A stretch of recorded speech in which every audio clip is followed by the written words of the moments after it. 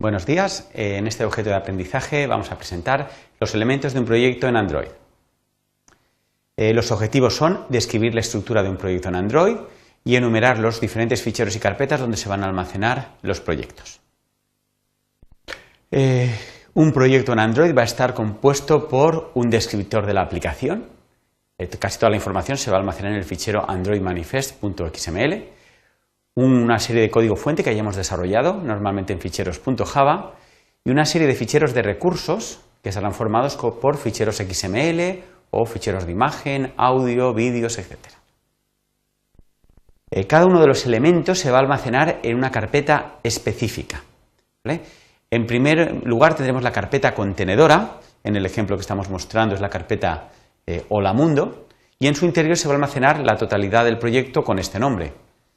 Vemos cómo podemos agrupar toda la información, todas las diferentes carpetas y ficheros, en una parte de código, ¿vale? Principalmente la carpeta src y gen, una parte de recursos, la carpeta assistant y res, y una serie de descriptores de aplicaciones, que son los dos últimos ficheros. Empecemos por las carpetas de código, ¿vale? El trabajo principal lo vamos a hacer dentro de la carpeta src. Es la carpeta que va a contener todo el código que hemos desarrollado para la aplicación, es decir, las diferentes clases en los ficheros .java correspondiente. Cada clase Java ha de almacenarse en un espacio de nombres, por lo tanto, dentro de esta carpeta va a haber una serie de subcarpetas según el espacio de nombres que hayamos elegido. En el ejemplo vemos cómo holamundo.java pertenece al espacio de nombres com.examples.holamundo. La segunda carpeta importante es la carpeta gen, que contiene el código generado de forma automática por el SDK. Nunca hay que modificar el contenido de estos ficheros, ¿vale? Principalmente dentro de esta carpeta estará el fichero r.java, donde se va a definir una serie de clases que nos van a asociar los diferentes recursos que hemos ido creando en nuestra aplicación con identificadores para que puedan ser accesibles desde el código de Java. Finalmente tenemos el fichero Android, en este caso 1.1, aunque esto va a depender de la versión del SDK que estemos trabajando, dado que contiene todo, digamos, el fichero jar con todo el API que hayamos elegido para una versión en concreto de Android. Con respecto a las carpetas de recursos, vamos a tener dos principalmente. La carpeta assets, que va a contener ficheros que podrán ser utilizados por la aplicación. Ficheros de datos, ficheros jar, cualquier tipo de fuentes, imágenes, etc. A diferencia de la carpeta res que veremos a continuación, el SDK nunca va a modificar el contenido de estos ficheros, los va a almacenar en nuestra aplicación tal y como los tenemos. Y de hecho se puede acceder a esta carpeta como si fuera una especie de sistema de ficheros. Vamos a poder tener subcarpetas como una especie de sistema de ficheros asociado a nuestra aplicación. Por otra parte tenemos la carpeta res.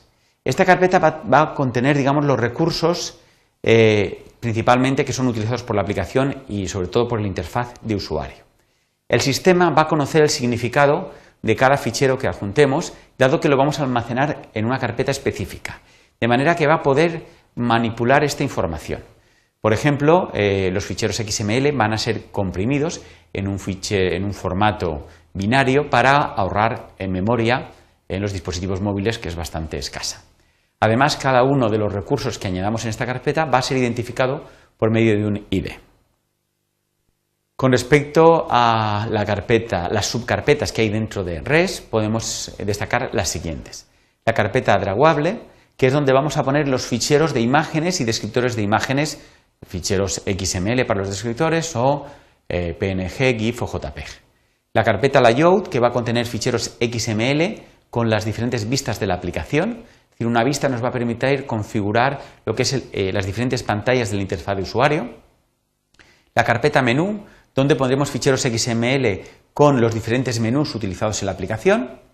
La carpeta values, que va a contener principalmente tres ficheros: el fichero string XML, el fichero color XML y style.xml. De manera que vamos a poder definir ciertos valores que queremos usar en nuestra aplicación desde los recursos, De esta forma no va a hacer falta modificar el código fuente para, por ejemplo, traducir nuestra aplicación a diferentes idiomas. También tenemos la carpeta anim con ficheros de animaciones en XML, la carpeta XML con otros ficheros XML que no han podido ser clasificados según los criterios anteriores, y la carpeta raw, que va a contener ficheros adicionales que no están en fichero XML, sino digamos en crudo, en formato binario, pero a diferencia de almacenarlos en la carpeta assets, hemos decidido ponerla aquí y para que sean accedidos desde un ID de recurso. Finalmente, la carpeta doc va a contener, digamos, documentación asociada al proyecto. Bueno, para terminar veremos los descriptores de la aplicación, que son estos dos últimos ficheros que podemos encontrar, toda aplicación. El Android manifest.xml es el fichero que describe la aplicación en Android.